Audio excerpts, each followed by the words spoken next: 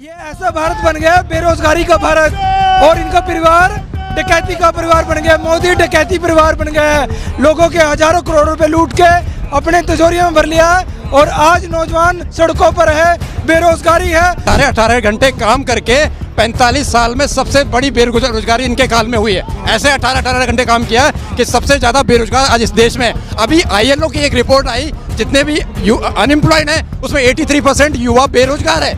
भारतीय जंगली पार्टी का जंगल राज हो रहा है। ये अच्छे दिन जो कह रहे हैं, ये इन्होंने कच्चे दिन बना दिए हैं। लोगों के कपड़े उतार के कच्चे बनाने में कर दिया लोगों को इन्होंने। जग में मशहूर कहावत है कि काट की हांडी एक बार चढ़ चुकी है। मोदी की हांडी चढ़ चुकी है और वो हांडी आग पकड़ चुकी है।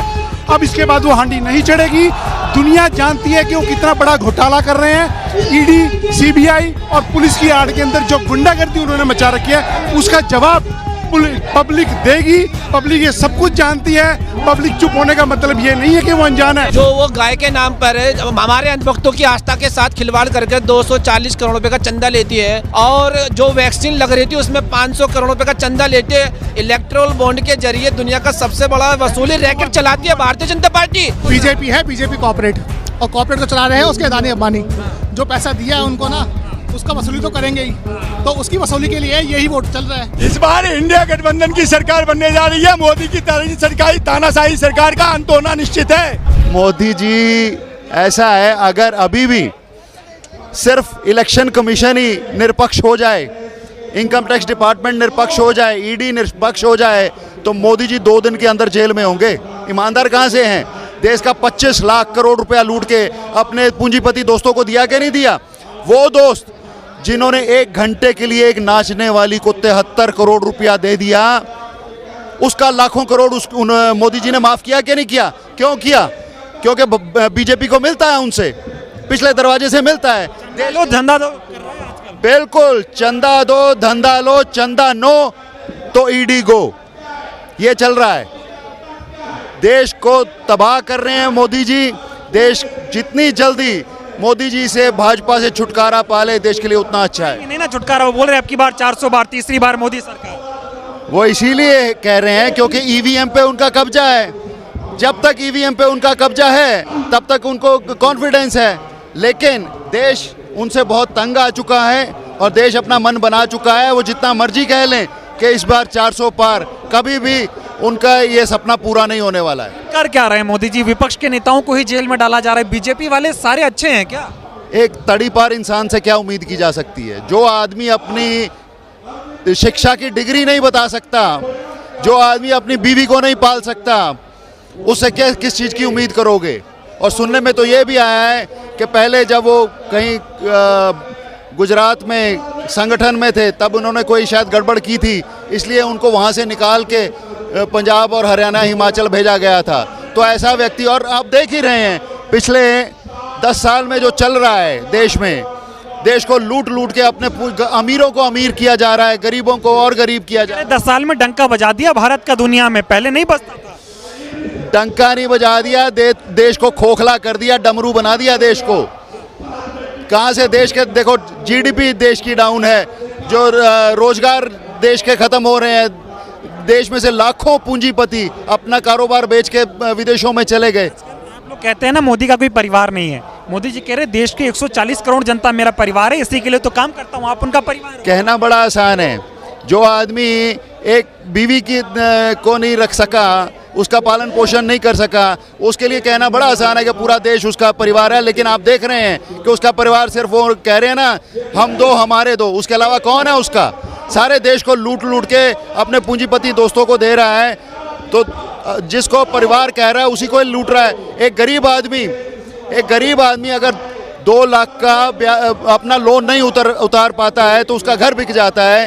आप? मैं पंजाब से हूँ। किसान आते हैं पंजाब के रास्ते में, बॉर्डर एकदम ऐसा सील कर देते हैं मान लो युद्ध लड़ना है किसानों से। हाँ, तो वो ये ना, परिवार है ना उनका, तो परिवार वालों के रास्ते में कीलें बिछा देते हैं, दीवारें खड़ी कर देते हैं, गोलियां मरवाते हैं उनको। तो ये परिवार वालों के साथ ऐसा किया जाता है क्या? आजाद हिंदुस्तान में कभी हुआ था किसानों पे गोली चली? आजाद हिंदुस्तान में कभी ऐसा हुआ था किसानों पे गोली चली? तो वही है ना, ये परिवार, अपना परिवार कहने वाला आदमी कहता क्या है, करता क्या है, हम सबके सामने है।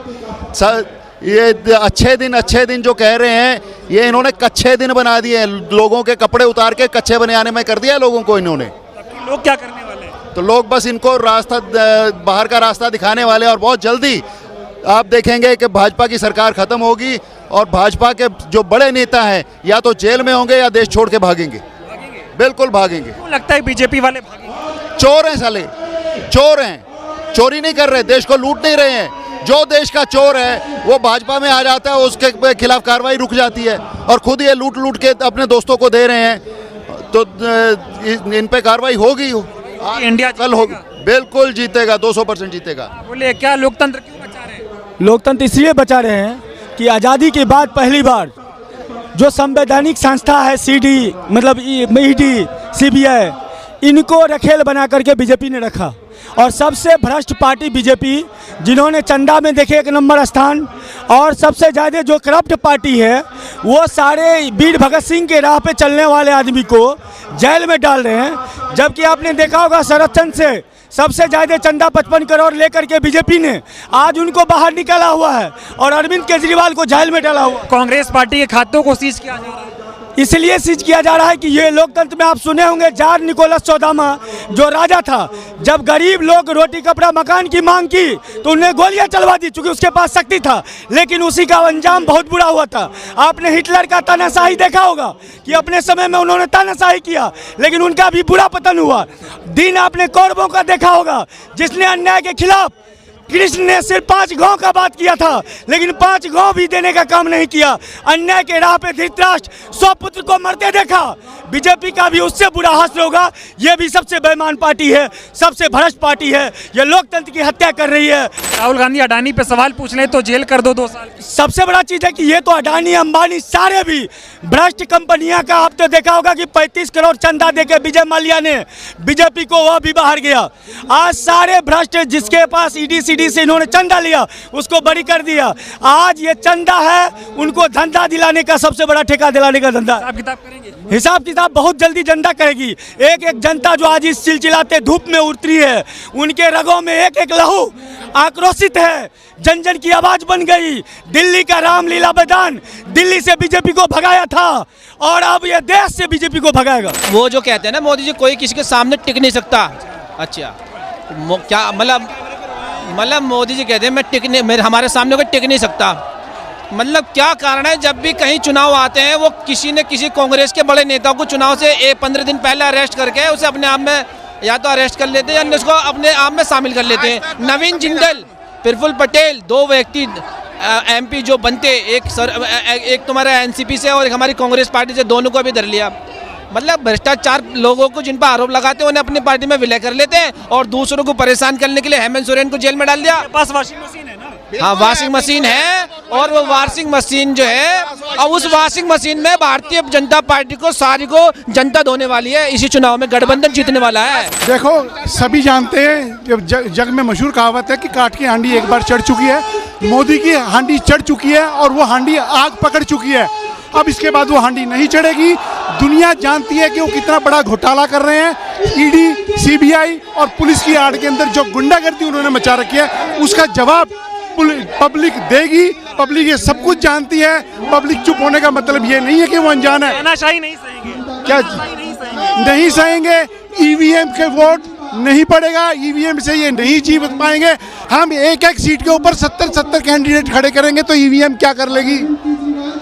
इसलिए ईवीएम से वोट नहीं, अगर होगा ये ईवीएम के भरोसे बोलते हैं कि अब की बार 400 पर पार। ये जो प्रधानमंत्री लोकतंत्र की रक्षा के नाम पर वोट मांग रहा हो 14 में, जिसने कहा था संविधान बचाऊंगा, आज संविधान खतरे में आ गया, संविधान की धज्जियां उड़ा, वो खुद संविधान का धज्जियां उड़ा रहे हैं और वीर शहीद जो हमारे हैं उनके नाम पर वोट मार रहे हैं। इतनी गंदी राजनीति अगर ये कर रहे हैं तो क्या बिल्कुल होगा। जनता एक एक चीज का हिसाब देगी। गठबंधन की जीत होने वाली और राहुल गांधी जी इसी दौर में देश के प्रधानमंत्री बनने वाले। सन 2024 के अंदर भारतीय जनता पार्टी के हर नेता, हर एमपी, हर सांसद को पता है। कहीं ना कहीं अमित शाह, मोदी जी डरते हैं। भारत जोड़ो न्याय यात्रा से भी डरे और भारत जोड़ो यात्रा से भी डरे। अभी तो खाता बंद कर दिया। जो वो गाय के नाम पर हमारे अंधभक्तों की आस्था के साथ खिलवाड़ करके 240 करोड़ रुपए का चंदा लेती है। और जो वैक्सीन लग रही थी उसमें 500 करोड़ रुपए का चंदा लेते इलेक्ट्रल बॉन्ड के जरिए दुनिया का सबसे बड़ा वसूली रैकेट चलाती है भारतीय जनता पार्टी। और हमारे राहुल गांधी जी से डरकर उनके मल्ल नेताओं को खरीद कर। मोदी जी जुमलेबाज हैं वसूलीबाज हैं? बताओ। वसूलीबाज जुमलेबाज दोनों।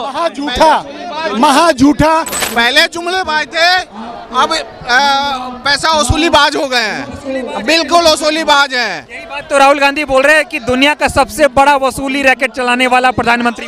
देखो जी, बीजेपी है, बीजेपी कॉर्पोरेट, और कॉर्पोरेट को चला रहे हैं उसके अदानी अंबानी। जो पैसा दिया है उनको ना, उसका वसूली तो करेंगे ही, तो उसकी वसूली के लिए यही वोट चल रहा है। 24 के बाद देश पीछे वसूली कर रहे हैं मोदी जी। बिल्कुल बिल्कुल क्या दिया? बिल्कुल, हाँ बिल्कुल वसूली कर रहे हैं। अच्छा काम कर रहे हैं मोदी जी? कोई अच्छा काम नहीं कर रहे हैं, क्यों नहीं कर रहे? तानाशाही कर रहे हैं और हिटलर शाही कर रहे हैं। बिल्कुल हाँ जी, हाँ मोदी जी। जी हिटलर थोड़ी है यार। तो हिटलर शाही तो कर रहे हैं ना, हिटलर तो नहीं है, लेकिन हिटलर शाही कर रहे हैं। होगा अंजाम क्या होगा? इसका अंजाम बहुत बुरा होगा और बहुत मतलब इसको टक्कर मिलेगा। और दिल्ली का 2024 में बाहर होंगे, एनडीए बाहर होगी। तो रहे अभी शिवसेना के जो पूर्व मुख्यमंत्री उद्धव ठाकरे थे, उन्होंने भी क्या नारा दिया? सुना आपने? हाँ जी सुना हमने। इस बार तड़ी पार, भाजपा तड़ी पार। हाँ जी, इस बार बीजेपी तड़ी पार। क्या कह रहे हैं? मैं आपको ये कह रहा हूँ, आपने कहा 18-18 घंटे मोदी जी काम करते हैं। 18-18 घंटे काम करके 45 साल में सबसे बड़ी बेरोजगारी इनके काल में हुई है। ऐसे 18-18 घंटे काम किया है कि सबसे ज़्यादा बेरोजगार आज इस देश में। अभी ILO की एक रिपोर्ट आई, जितने भी अनएम्प्लॉयड हैं उसमें 83% युवा बेरोजगार है। ऐसे 18% काम किया है उन्होंने। मोदी कर रहे हैं, सारा काम मोदी जी कर रहे हैं अकेले। इन्होंने काम किया है अदानी और अंबानी के अथाह दौलत देने का। अदानी सिर्फ अमीरों के लिए काम किया, अमीरों के लिए काम किया। अब सुनो, सिंपल सी राजनीति में तुम्हें बताऊं, भारतीय जनता पार्टी के खेमे में इतनी भयंकर आग लगी हुई है, उनके खुद के नेता छोड़ के भाग रहे हैं। जनरल VK सिंह गाजियाबाद से चुनाव लड़ने को मना कर रहे हैं। और आपके निर्मला सीतारमण कहती है कि मेरे पास पैसा नहीं है चुनाव लड़ने के लिए। उनके पति आरोप लगाते हैं इलेक्ट्रल बॉन्ड के जरिए पर। लेकिन कहीं ना कहीं भारतीय जनता पार्टी अपनी इज्जत बचाने के लिए कांग्रेस के दिग्गज नेताओं को, नौजवानों को कहते हैं कि पकौड़ा डलिए, लेकिन पूरे देश में ये कहते हैं ना, डंका बज रहा है, दुनिया में डंका बज रहा है। 83% युवा बेरोजगार है देश में, इसका डंका पूरे देश में बज रहा है। ये मोदी का ये भारत है। और तो बहुत कहते हैं मोदी जी ने 2 करोड़ नौकरी देंगे, हर सर पे छत देंगे, महंगाई खत्म कर देंगे, नया भारत बनाएंगे, नया भारत। ये ऐसा भारत बन गया बेरोजगारी का भारत, और इनका परिवार डकैती का परिवार बन गया। मोदी डकैती परिवार बन गया है। लोगों के हजारों करोड़ रुपए लूट के अपने तिजोरियों में भर लिया है, और आज नौजवान सड़कों पर है, बेरोजगारी है। 83 अब की बार मोदी जी का क्या होगा? वो तो कह रहे अब की बार 400 बार, तीसरी बार मोदी। जैसे वो 370 हटी थी, इनका भी 70 हट जाएगा, 370 का सपना। और इसी तरह नौजवान सड़कों पे है। 22 करोड़ लोगों ने आवेदन किया इनको नौकरी में, और इन्होंने क्या दिया? डंडे दिए। और अब ये डंडा और झंडा मोदी का डंडे और डंडे का मुकाबला करेगा। नौजवान पूरे देश में भाजपा हराओ, रोजगार बचाओ, देश बचाओ को नारे के साथ जाएगा। तानाशाही हटाओ, तानाशाही भी, और इनकी जो डकैती है, भ्रष्टाचार है। और ये जो तो नहीं है, मोदी जी ईमानदार है यार, बोले थे झोला। एज पर लो 5 लोगों से ज्यादा डकैती होते हैं, और डकैती है ये, और कुछ नहीं है ये। एक मिनट सुनिए, आज बोर्ड लगवा रखा है कि मोदी जी कहते हैं भ्रष्टाचार हटाओ, भ्रष्टाचार हटाओ, नारे लगाया हुआ है। इसका मतलब मोदी कह रहे हैं हमें वो हटा दो, हम भ्रष्टाचारी हैं और हम हटा के रहेंगे नौजवान। हाँ बिल्कुल, क्योंकि आज नौजवानों ने ठान लिया है कि 10 साल बहुत होते हैं एक सरकार को देने के लिए, तो आज इनको हटाने की जरूरत है।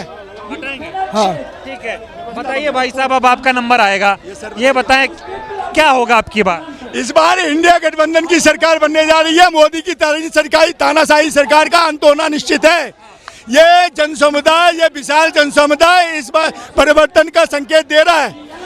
ये आदरणीय राहुल गांधी जी की भारत जोड़ो यात्रा से जो प्रभाव देश की जनता पर पड़ा, देश की सुख दुख को जो साझा किया श्री राहुल गांधी जी ने, जिस त्यागी खानदान जिनकी परंपरा हमेशा त्याग और बलिदान की रही है, ऐसे यशस्वी देश के जननायक, देश भारत भूमि के पुत्र श्री राहुल गांधी। ये बताइए, अब की बार चुनाव आ रहा है, चुनाव में मोदी जी ने जो वादे किए 14 से लेकर अब तक, कोई पूरे हुए?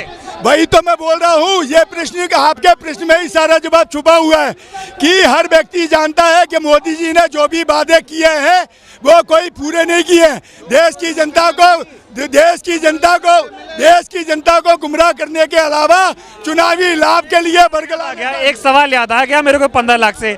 मोदी जी ने जैसे कहा था जब भ्रष्टाचार वाला काला धन आ जाएगा तो 15 लाख देंगे। पहले सुन लीजिए, अब की बार बोल रहे हैं कि ये जो नेताओं से ईडी का पैसा वसूला है ना वो जनता को बांट देंगे। अब की बार मोदी को वाह वाह, इससे बड़ा जुमला तो दुनिया में हो ही नहीं सकता।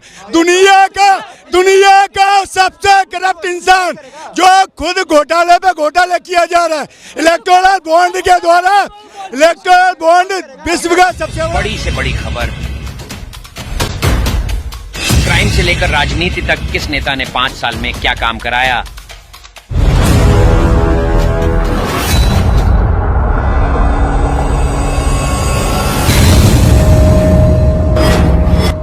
मिलेगी सबसे पहले हर खबर चेंजिंग फ्यूचर न्यूज पर, जो बदलेगा आपका